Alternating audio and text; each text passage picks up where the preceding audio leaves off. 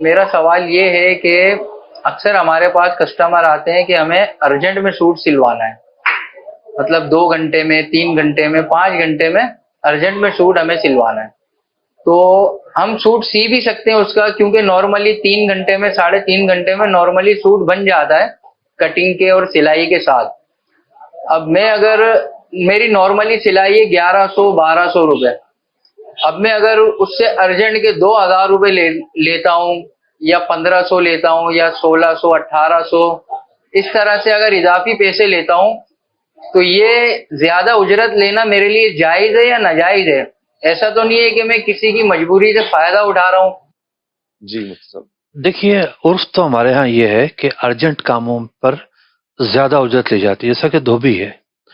دھوبی کے ارجنٹ کے ریٹ الگ ہوتے ہیں اور نارمل کے ریٹ الگ ہوتے ہیں. اسی طریقے سے کئی اور کام ہوتے ہیں جس میں ارجنٹ اور جو ڈیلے ہے یا نارمل پریکٹس ہے اس کے ریٹ الگ ہوتے ہیں. جیسے ہم پاسپورٹ بنوانے جاتے ہیں، جی آپ کو پاسپورٹ جو ہے نا 3 دن میں چاہیے، الگ ریٹ ہوں گے. 15 دن میں چاہیے، الگ ریٹ ہوں گے.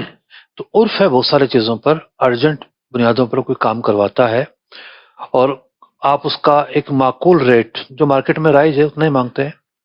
کسی قسم کی زیادتی تو ہم اس کو نہیں کہہ سکتے. اس طرح کا عرف جاری ہے.